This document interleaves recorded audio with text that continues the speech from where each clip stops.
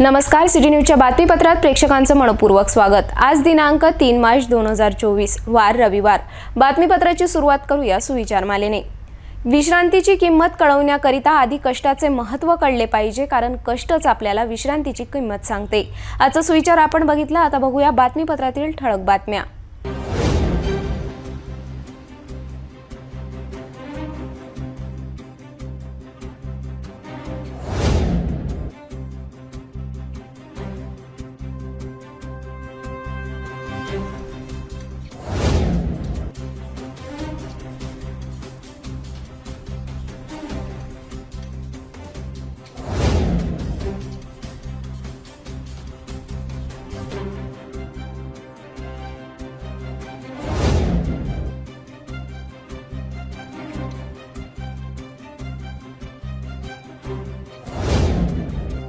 आपण ठळक बातम्या बघितल्या। आता घेऊया छोटासा ब्रेक। किचन गृहिणी से जुड़ा एक अटूट हिस्सा, जहां उसे मिले हर एक चीज अपनी सही जगह पर। इसलिए Amba stainless steel kitchen trolley आपको लगने वाली साइज अनुसार, आपके किचन के अनुसार, बिल्कुल आपकी इच्छा अनुसार उच्चतम क्वालिटी के किचन ट्रॉलीज मैन्युफैक्चरिंग से सीधे आप तक, यानी 100% वाजिब दाम। न देखभाल की जरूरत, न जंग लगने की परेशानी, आसानी से वॉश करने हेतु उत्कृष्ट कैरियर सिस्टम, साथ ही स्टेनलेस स्टील जीना रेलिंग, डेकोरेटिव ग्रिल एवं गेट भी हम बना कर देते हैं। Amba stainless steel kitchen trolley, Dastur Nagar Chowk के पास, MIDC road, Amravati, Maharashtra. Break नंतर बघूया सविस्तर बातम्या। अमरावतीवरून शेगावकरिता दर्शनाला जाणाऱ्या 4 युवकांचा स्विफ्ट डिझायर कार पलटी झाल्यामुळे अपघात घडला। अमरावती दर्यापूर राज्य महामार्गावर हा अपघात घडला आहे। चालकाचा दुर्दैवी अंत झाला असून 3 युवक गंभीर जखमी झाले आहेत। अमरावती दर्यापूर राज्य महामार्गावर भरधाव वेगाने जाणारी स्विफ्ट डिझायर कार पलटी झाल्याची धक्कादायक घटना मध्यरात्री 1 वाजताच्या सुमारास घडली। MH43 AN 2937 या क्रमांकाची स्विफ्ट डिझायर कार अमरावतीवरून शेगावकरिता दर्शनाला जात असता अर्ध्या वाटेतच अपघात घडला। चालकाचा दुर्दैवी अंत झाला असून कारमधील 3 युवक गंभीर जखमी झाले आहेत। शिंगणापूर फाट्यावरून 1 किलोमीटर अंतरावर हा अपघात घडला आहे। प्रज्वल संजय देशमुख वय वर्ष 33 असे मृतक चालकाचे नाव असून गौरव सुरेश जाहिले वय वर्ष 20, अर्पित संजय धावले वय वर्ष 19, सर्वज्ञ गजानन अंबुलकर 19 सर्व राहणार अमरावती असे गंभीर जखमी झालेल्या युवकांची नावे आहेत। घटनेची माहिती मिळताच खोलापूर पोलीस स्टेशनचे ठाणेदार वैभव महांगरे यांनी पोलीस ताफ्यासह घटनास्थळी धाव घेतली। पंचनामा केला असून मृतक युवकाचे शवविच्छेदन करिता दर्यापूर येथील उपजिल्हा रुग्णालय येथे पाठवण्यात आले। अन्य 3 गंभीर जखमी युवकांना अमरावती येथील जिल्हा सामान्य रुग्णालय येथे उपचाराकरिता दाखल करण्यात आले आहे। पुढील तपास खोलापूर पोलीस करीत आहेत। 8 महिन्याच्या आतमध्येच प्राप्त तक्रारीवर त्वरित ॲक्शन घेत अमित कुमार मिश्रा यांची उचलबांगडी करण्यात आली। या घटनेला एकच आठवडा पूर्ण झाला होता की आता मेळघाटमधील जांभली वनपरिक्षेत्रामध्ये कार्यरत महिला वनरक्षकाने महिला वनपरिक्षेत्र अधिकारी यांच्यावर अपमानास्पद वागणूक, मानसिक व आर्थिक त्रास देण्यासंदर्भात तक्रार CCF ज्योती बॅनर्जी यांच्याकडे नोंदवली आहे। मेळघाट व्याघ्र प्रकल्पामधून महिला अधिकाऱ्यांना मानसिक व आर्थिक त्रास देत असल्याच्या घटना समोर येऊ लागल्या आहेत। काहीच दिवसांपूर्वी वन खात्यामधील महिला वनपरिक्षेत्र अधिकारी यांनी उपवनसंरक्षक अमित कुमार मिश्रा यांच्या कारनाम्यासंदर्भात प्रधान मुख्य वनसंरक्षक शैलेश टेंभुर्णीकर यांच्यासहित CCF ज्योती बॅनर्जी यांच्याकडे तक्रार नोंदविली होती। या तक्रारीला गंभीरतेने घेत आमदार बच्चू कडू यांनी सुद्धा मुख्यमंत्री व वनमंत्री यांच्याकडे अमित कुमार मिश्रा यांची तक्रार केली। 8 महिन्याच्या आतमध्येच प्राप्त तक्रारीवर त्वरित ॲक्शन घेत अमित कुमार मिश्रा यांची उचलबांगडी करण्यात आली। या घटनेला एकच आठवडा झाला होता की आता मेळघाटमधील जांभली वनपरिक्षेत्रामध्ये कार्यरत महिला वनरक्षकाने महिला वनपरिक्षेत्र अधिकारी यांच्यावर अपमानास्पद वागणूक, मानसिक व आर्थिक त्रास देण्यासंदर्भात तक्रार CCF ज्योती बॅनर्जी यांच्याकडे नोंदविली आहे। महिला कर्मचाऱ्यांनी महिला अधिकाऱ्यांविरुद्ध दिलेल्या तक्रारीवरून हे स्पष्ट होते की वन खात्यामधील कर्मचारी हे वरिष्ठ अधिकाऱ्यांच्या वागणुकीमुळे त्रस्त झाले आहे। प्रत्येक खात्यामध्ये महिलांच्या तक्रारी व समस्या मांडण्याकरिता विशाखा समिती स्थापन केली आहे, परंतु वन विभागातील विशाखा समितीची कोणती सभा आतापर्यंत झाली नसून यामुळे वन खात्यामधील कार्यरत महिला कर्मचारी व महिला अधिकाऱ्यांच्या मानसिक व आर्थिक छळ झाल्याच्या तक्रारी वन विभागात वाढल्या आहे। याकडे वन खात्यामधील वरिष्ठ अधिकाऱ्यांनी त्वरित लक्ष देणे गरजेचे आहे। जेणेकरून वन खात्यामध्ये दुसऱ्या दीपाली चव्हाण सारखी घटना घडणार नाही हे विशेष। तर अयोध्येला जाणाऱ्या ट्रेनमध्ये आनंदराव अडसूळ आणि अभिजित अडसूळ यांनाही श्रीरामाच्या दर्शनासाठी घेऊन जाऊ, आनंदराव अडसूळ आम्हाला आशीर्वाद देतील, राजकारण सोडू असे अनेक लोक बोलत आलेत। राजकारण असं आहे, जिवंत असेपर्यंत कणाकणामध्ये आणि रगारगामध्ये राजकारण भरलेलं आहे। जोपर्यंत आनंदराव अडसूळ हयातीत आहे तोपर्यंत ते राजकारण सोडणार नाही आणि नवनीत राणांचा नक्कीच प्रचार करतील, अशा शब्दात रवी राणा यांनी देखील आनंदराव अडसूळ यांना प्रतिउत्तर दिलं आहे।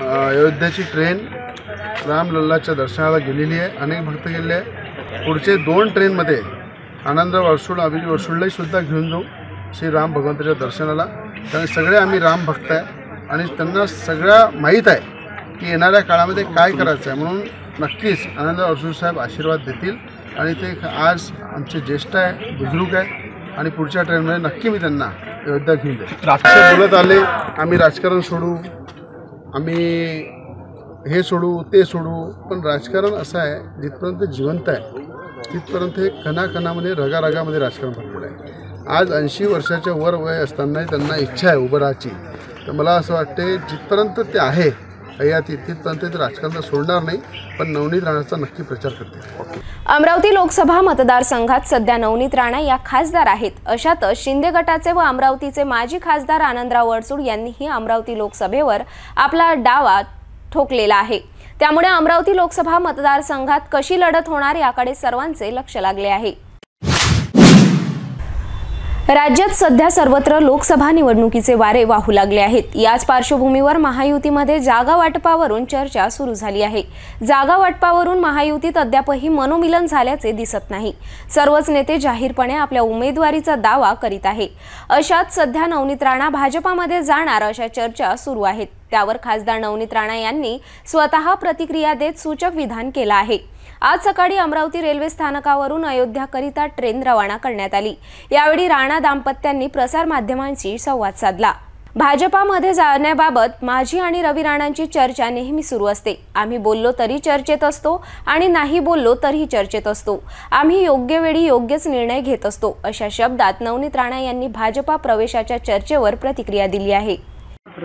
चर्चा नेहमीच असते। नवनीत राणा बोलली तरी चर्चा आहे, नवनीत राणा काही नाही बोलली तरी चर्चा आहे।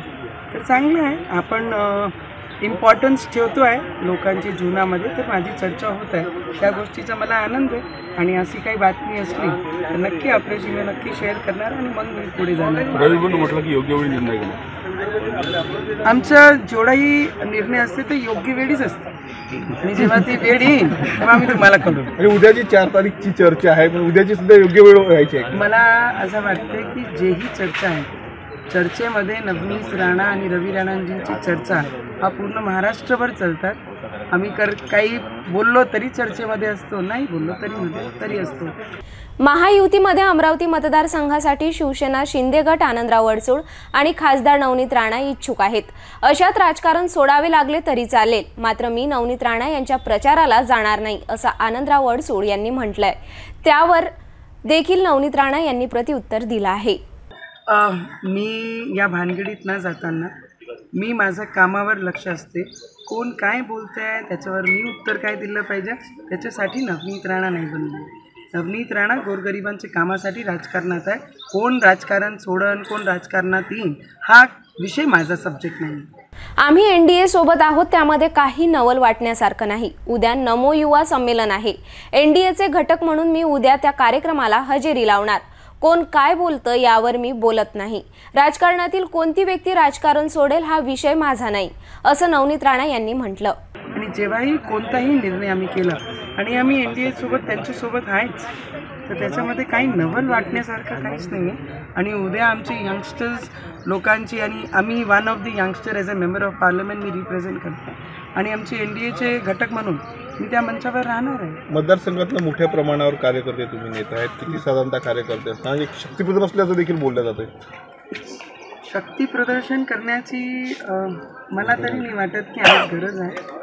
आणि माझे जे कार्यकर्ते ते स्वतःहून उत्साहित आहे की आम्ही नागपूर चाललो आहे आणि ॲज अ यंग MP जे आम्हाला आमच्या जिल्ह्याला रिप्रेझेंट करतात त्यांच्या बाजूने उभे राहून हे दाखवण्याचं की आमची यंग MP पहिल्या टर्ममध्ये 5 वर्ष किती चांगल्या पद्धतीने काम केलं म्हणून यंगस्टर माझ्या पाठीशी आहे, तो उत्साह माझ्या जिल्ह्यात। श्री संत गजानन महाराज मंदिर वकील लाईन वतीने प्रगट दिनानिमित्त पारायणाचे आयोजन करण्यात आले होते व रविवारी 3 मार्चला अंबादेवी रोड येथील श्री संत गजानन महाराज यांच्या मंदिरापासून दिंडी पताका अनेक झाकींसह ढोल ताशांच्या गजरात मिरवणूक काढण्यात आली। यावेळी अनेक भाविक भक्तांनी सहभाग घेतला असून संपूर्ण भाविक भक्तांमध्ये उत्साहाचे वातावरण दिसून आले।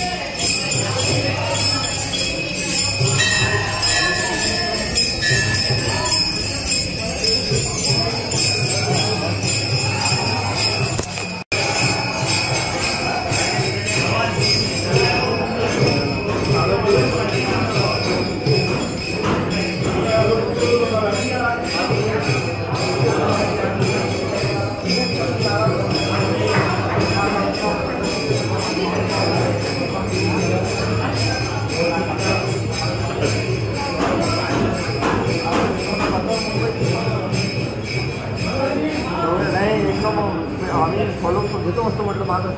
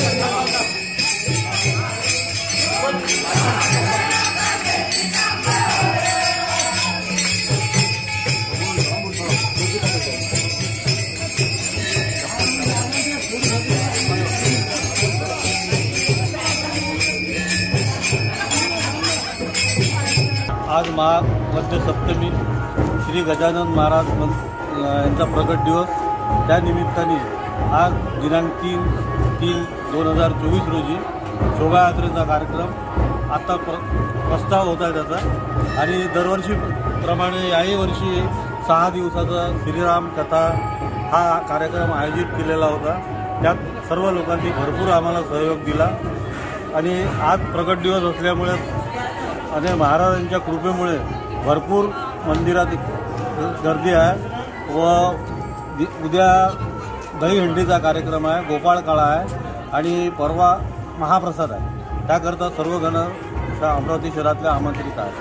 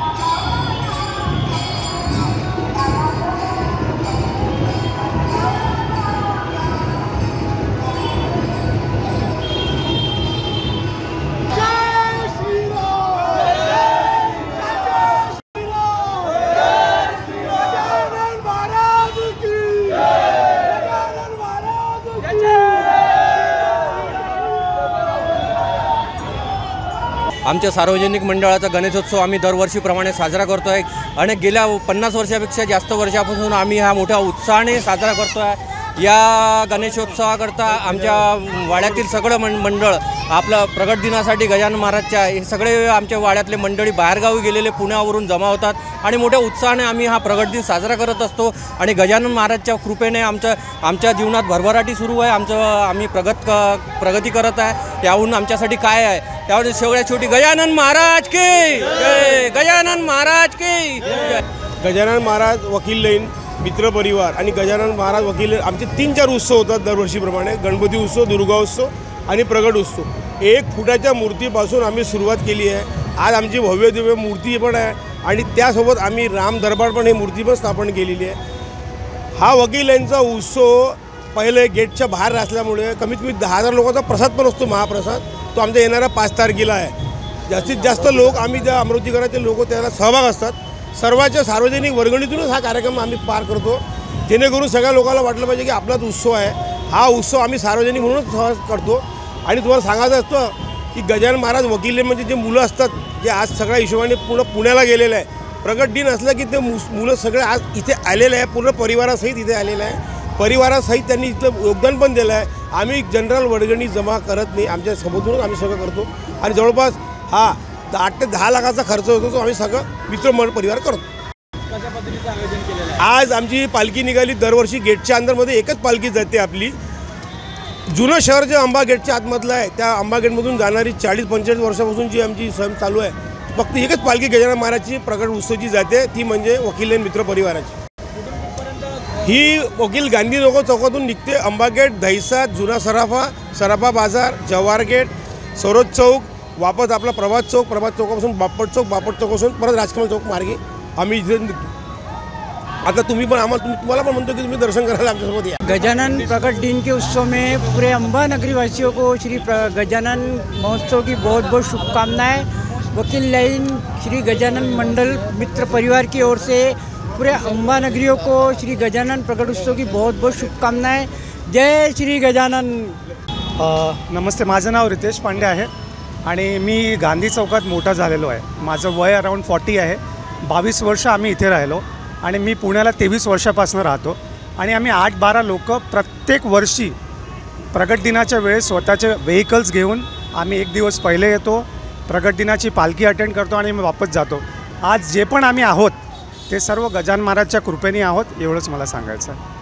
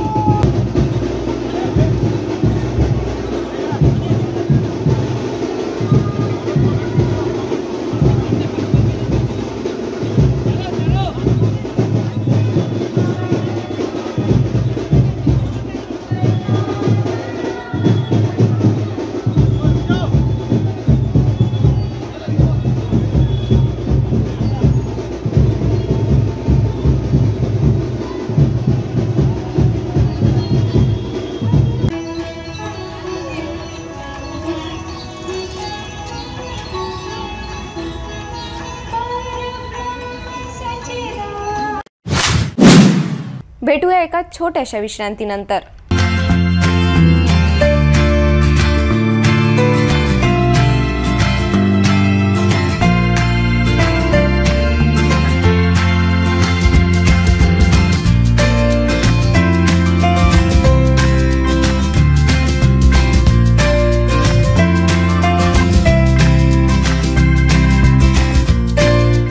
संपूर्ण लग्न बसता आराधना जवाहर रोड अमरावती. विश्रांतीनंतर पुन्हा आपले स्वागत. न्यू स्वस्तिक नगर येथील श्री गजानन महाराज मंदिर संस्थान वतीने श्री गजानन महाराज यांच्या 146वा प्रगट दिन सोहळा निमित्त 7 दिवसीय कीर्तन सोहळ्याचे आयोजन करण्यात आले. रविवारी 3 मार्चला पारायण सोहळा व भाविक भक्तांकरिता महाप्रसादाचे आयोजन करण्यात आले. यावेळी अनेक भाविक भक्तांनी महाप्रसादाचा लाभ घेतला.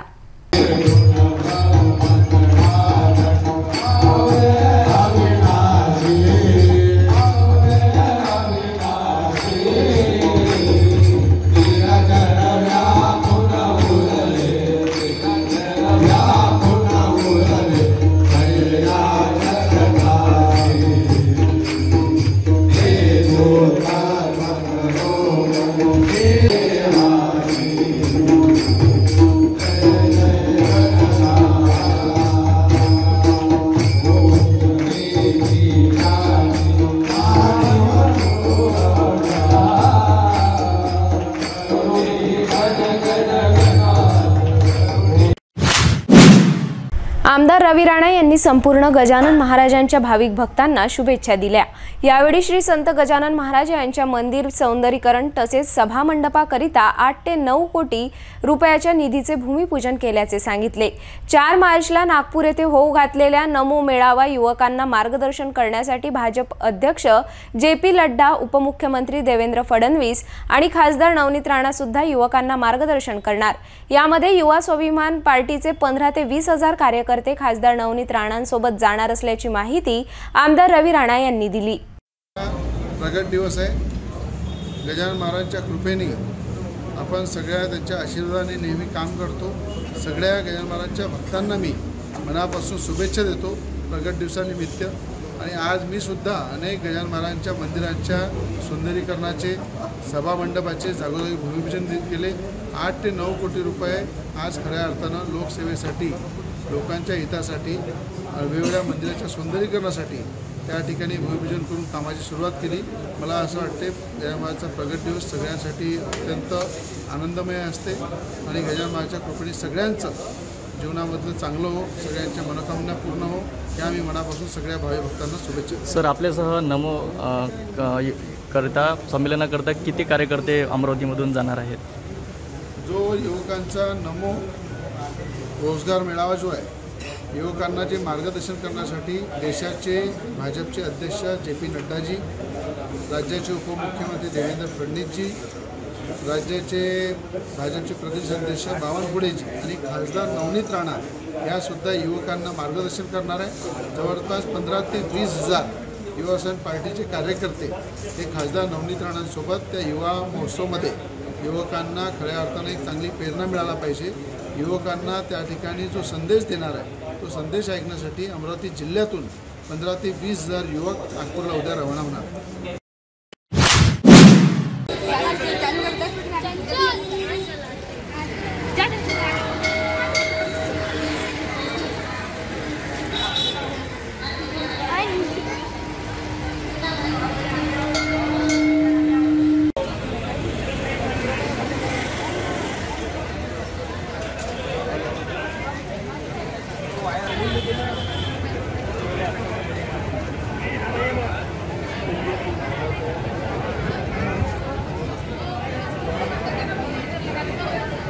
नमस्कार, मी आचल ढोणे सिटी न्यूज चॅनलमध्ये आपलं सहर्ष स्वागत करीत आहे। गजानन महाराजांच्या प्रकट दिनानिमित्त आपण इथे भाविक भक्तांची गर्दी बघतच आहात। आपण इथल्या सेवादारी लोकांशी पण बोलूया की ते इथे किती वर्षापासून सेवा देत आहेत किंवा इथे कसल्या प्रकारचा कार्यक्रम चालू आहे।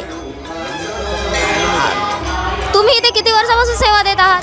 सर्वप्रथम मी सर्व भाविक भक्तांना गजाननाच्या प्रगट दिवसाच्या हार्दिक शुभेच्छा देतो। मी मागील म्हणजे जवळजवळ 13 वर्ष झाले, 2013 पासून मी इथं सेवा देतो आहे।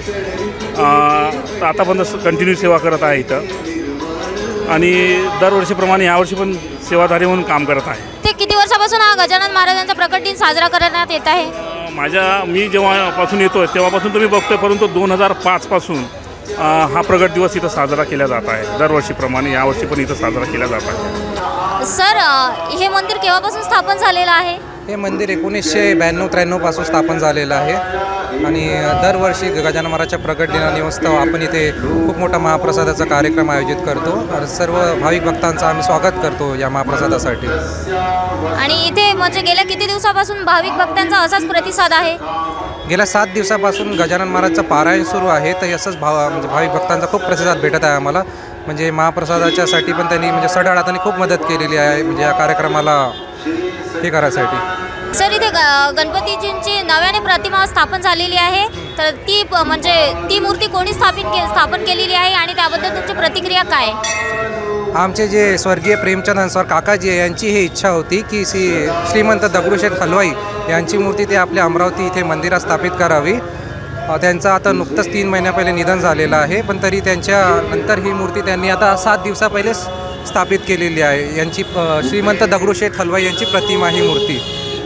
आणि आज श्री संत गजानन महाराज यांचं प्रगट दिनानिमित्त महाप्रसाद आयोजित केला आहे। तर मी सर्व भाविक भक्तांना आमंत्रित करतो की आज तुम्ही इथे येऊन महाप्रसादाचा आनंद घेऊ शकता आणि सगळा आशीर्वाद तुमच्यावर राहू। आपण बघितलेलंच आहे, इथे मोठ्या प्रमाणात भाविक भक्तांचे आगमन झालेले आहे आणि भव्य प्रमाणात असा हा गजानन महाराजांचा प्रकट दिनाचा सोहळा इथे चालू झालेला आहे। कॅमेरामॅन सर्वेश बागडेसह मी आचल डोने, सिटी न्यूज अमरावती।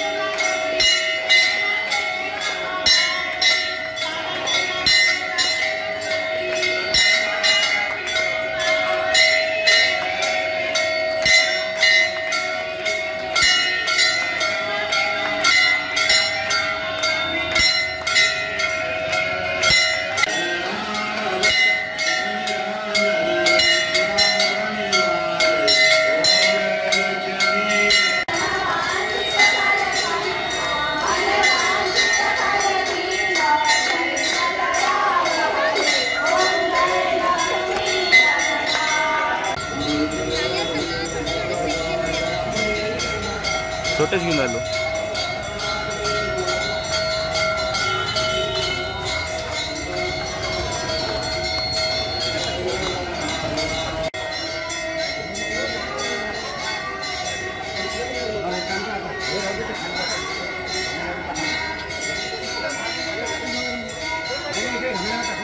हे घामेला टाकून दे माझ्या।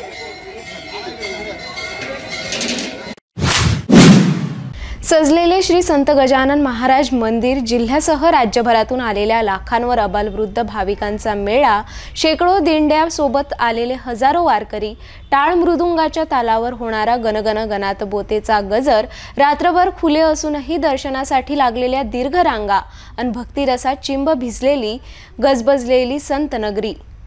विदर्भ पंढरी म्हणून भारतवर्षातच नव्हे तर 7 समुद्रापलीकडे ख्याती गेलेल्या शेगाव नगरीमध्ये आज गजानन महाराजांचा 146वा प्रगट दिन आहे। ब्रिटिश राजवटीत 23 फेब्रुवारी 1878 रोजी एका अवलिया महापुरुष शेगाव नगरीत प्रगटलेत। शृंग ऋषींनी वसविलेले म्हणून आधी शृंगगाव, पुरातन शिवालयमुळे शिवगाव आणि नंतर शेगाव असे नामकरण होत गेलेल्या या नगरीत महाराज प्रकटलेत। दासगणू महाराज रचित विजय ग्रंथात याचे एन तारुण्या भीतरी गजानन आले शेगाव नगरी, शके 1800 भीतरी माघ वैद्य सप्तमी असे करण्यात आले। याला पाहता पाहता 146 वर्ष लोटलीत। महाराजांनी सन 1910 मध्ये ऋषी पंचमीला घेतलेल्या संजीवन समाधीला अनेक वर्षही लोटलीत। मात्र महाराज निरंतर शेगावी वास करून आहेत। संकटमुक्त करून इच्छापूर्ती करतात हा विश्वास व श्रद्धा पिढ्यानपिढ्या अढळ आहे। यामुळे शेगावी भाविकांचा ओघ कायम आहे आणि दिनविशेष प्रसंगी होणारी लाखोंची मांदियाळी कायमच आहे। 3 मार्चला साजरा होणारा 146वा प्रगट दिन देखील याला अपवाद नाही। गजानन महाराज मंदिर आणि संपूर्ण नगरी भाविकांनी नुसती फुलून गेली आहे। पायदळवारी, दिंड्या ते विविध वाहनांनी नगरीत दाखल होणाऱ्या भाविकांनी काल संध्याकाळपर्यंत शेगाव गाठलेत। 2 मार्चपासून रात्री ते 3 मार्च सकाळपर्यंत हे आगमन सुरूच राहिलेत। यामुळे संत नगरीत लाखोंवर भाविक दाखल झाले आहेत। 2 मार्चला दर्शनासाठी रात्रभर मंदिर खुले होते, त्यामुळे भाविकांची मोठी सोय झालीच, पण संस्थान व सेवेकरी यांच्यावरील ताणही कमी झाला। यावरही रविवारी मंदिरात पहाटेपासूनच लागलेल्या भाविकांच्या रांगा कायमच आहे। प्रत्यक्ष व मुखदर्शनासाठीही भाविकांना बरीच प्रतीक्षा करावी लागत आहे।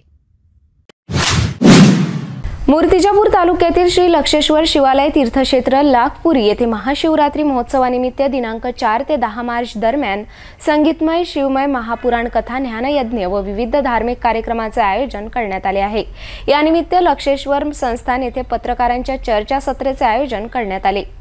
शिवरात्री यात्रा महोत्सवानिमित्त मूर्तिजापूर तालुक्यातील श्री लक्षेश्वर शिवालय तीर्थक्षेत्र लाखपुरी येथे दिनांक 4 मार्च ते 10 मार्च दरम्यान हरिभक्त पारायण श्री तुलसीदास महाराज धर्माडकर यांच्या मधुर वाणीतून संगीतमय शिव महापुराण कथा व ज्ञानयज्ञाचे आयोजन करण्यात आले आहे। सायंकाळी 7 ते 10 ही शिव महापुराण कथेची वेळ असून 8 मार्चपर्यंत कथा वाचन होणार आहे. दिनांक 9 मार्च रोजी श्रीची भव्य पालखी मिरवणूक सोहळा व 10 मार्च रोजी पूर्णामाता नदी घाटावर दहीहंडी कार्यक्रमाचे आयोजन करण्यात आले आहे. पत्रकार चर्चासत्राला दर्यापूर, मूर्तिजापूर तालुका व अमरावती जिल्ह्यातील पत्रकार मंडळी मोठ्या संख्येने उपस्थित होती. या प्रसंगी श्री लक्षेश्वर शिवालय तीर्थक्षेत्र लाखपुरीचे अध्यक्ष राजभाऊ दाबुते यांनी या संदर्भात आमचे प्रतिनिधी मच्छिंद्र भटकर यांना माहिती विशद केली. आज लाखपुरी तीर्थक्षेत्र येथे आज दर्यापूर आणि मूर्तिजापूर तालुक्यातील पत्रकारांची एक चर्चासत्राचे आयोजन केलेले होते आणि या आयोजनासंदर्भात येथील संस्थांचे अध्यक्ष राजभाऊ दाबुते हे आपल्याशी माहिती प्रदान करीत आहेत. 4 तारखेपासून 4 मार्चपासून सुरुवात होणार आहे. 10 मार्चपर्यंत हा उत्सव चालणार आहे आणि या उत्सवामध्ये सायंकाळी 7 ते 10 शिवमहापुराण कथा, महाशिवरात्रीला महाअभिषेक, त्याचप्रमाणे सायंकाळी हरिकीर्तन, 9 मार्चला महाप्रसाद, सायंकाळी श्रीची भव्य मिरवणूक आणि 10 मार्चला दहीहंडीद्वारे या उत्सवाची सांगता होणार आहे.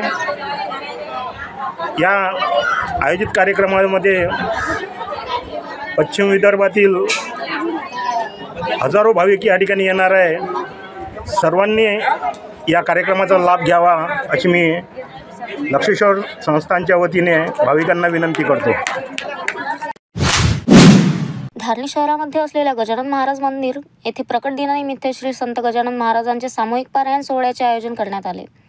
सन्निपात म्हणावला अत्यंत गाव बाहेर पडले की तापासे होते, प्रथमता थंडी वाजते, अंगज्वराने तप्त होते, डोळे होती लाल बहु आणि कोठे तरी सांध्यावरी ग्रंथी उठे सत्वर, ती होता करी जोर वाट तिच्या मागुणी, मग रोगी बरळते मोठ्या प्रमाणे, ही साथ इकडे आली, गाव गाव पसरली, त्याच्या प्रतिकारा सोडून दिली लोकांनी ती गरजारे, त्या दुर्धर साथीची स्वारी आणि पामुंगावरी तो पुणेलगाची आलीवरी शेगावास निघाला, अस त्याला घरीच आली परीती त्याने चोरिली, शेगावाची वाट धरली आपुल्या पित्या समवेत, येता 5 कोसावर शरीराशी भरला ज्वर, एक पावल भूमीवर तयाच्या टाकवेना, काठ उठली बगलेत हैराण झाला रस्त्यात, ऐसे पाऊन पुसेतात कार्य पुंडली काय ऐसे करशी पुंडलिक म्हणे बापाना. संपूर्ण धारणी शहरात ठिकठिकाणी श्री संत गजानन महाराज प्रकट दिनानिमित्त विविध कार्यक्रम आयोजित करण्यात आले आहेत. तसेच यावेळी पल्स पोलिओ लसीकरण मोहीम राबवण्यात आली आहे. तसेच या कार्यक्रमात स्थानिक नागरिकांच्या वतीने महाप्रसादाचे आयोजन करण्यात आले असून भाविक भक्त मोठ्या संख्येने महाप्रसादाचा आस्वाद घेत आहेत. श्री संत गजानन महाराज यांचा प्रगट दिन सोहळा संपूर्ण महाराष्ट्रामध्ये मोठ्या उत्साहात साजरा केला जातो. तसेच भातकुली तालुक्यातील गौरखेडा गावामध्ये सुद्धा गेल्या अनेक वर्षांपासून हा सोहळा मोठ्या थाटात साजरा केला जातो. यावर्षी सुद्धा अनेक दिंडी, पथका आणि श्री गजानन महाराज यांच्या झाकींसह संपूर्ण गावामध्ये भ्रमण करण्यात आली. यावेळी संपूर्ण गावामध्ये भक्तिमय वातावरण दिसून आले.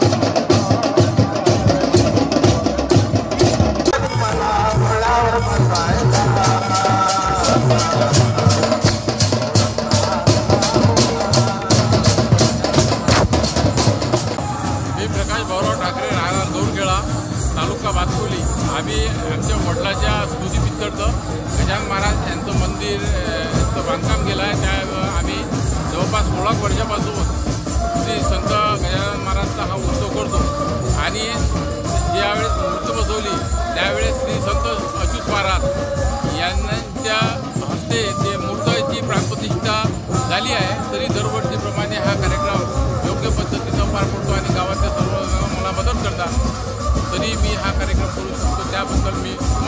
सत्य समजतो.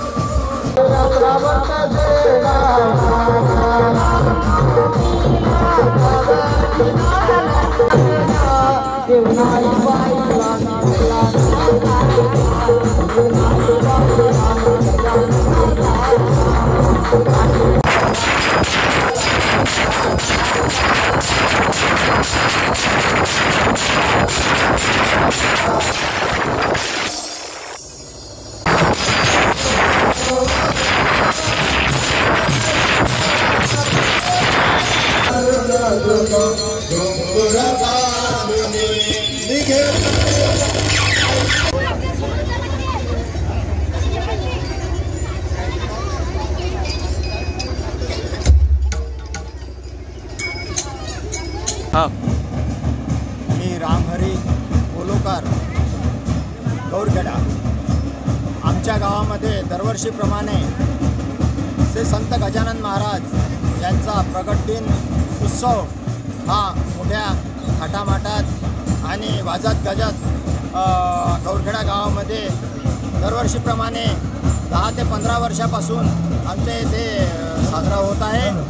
या शोभायात्रेमध्ये सर्व आजूबाजूच्या गावातील परिसरातील बाहेरगावच्या दिंड्या, ढोल भजन, पुन्हा सगळं वाद्यांसहित या गौरखेडा गावामध्ये संपूर्ण गावामधून ही शोभायात्रा निघत असते. आणि या शोभायात्रेमध्ये सर्व गावातील सर्व भाविक भक्त, महिला मंडळी, पुरुष मंडळी, तरुण मंडळी, सर्व जाती धर्माचे लोक सहभागी असतात. आणि सकाळी 7 वाजतापासून 12 वाजेपर्यंत शोभायात्रा निघते गावामधून. आणि त्यानंतर प्रकाशभाऊ ठाकरे यांच्या घरी महाप्रसादाचे आयोजन होते. आणि गावामध्ये ठिकठिकाणी या शोभायात्रेचे संत गजानन महाराजांच्या पालखीचे सर्व भाविक भक्त दर्शन घेतात, स्वागत करतात. आणि अशा प्रकारे आमच्या गावामध्ये हा प्रगट दिन उत्सव मोठ्या थाटामाटात साजरा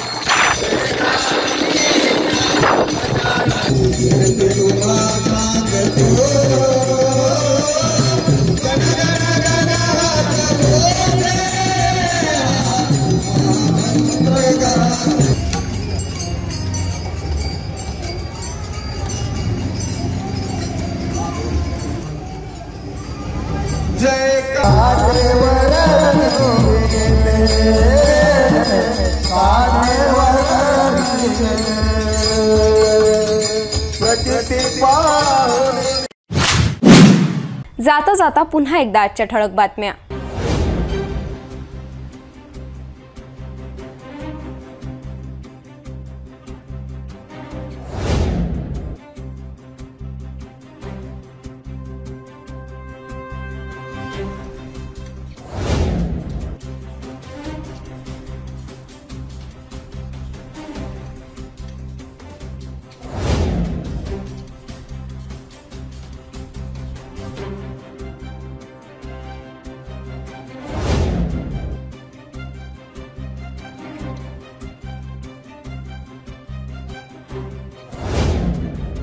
आपण आता सिटी न्यूज चॅनल आपल्या टीव्हीवर सुद्धा बघू शकता. यामध्ये GTPL channel number 73, fast way 256, city cable channel number 92 वर, जर आपल्या टीव्हीवर सिटी न्यूज चॅनल दिसत नसेल तर आपण आपल्या केबल ऑपरेटरशी संपर्क करावे।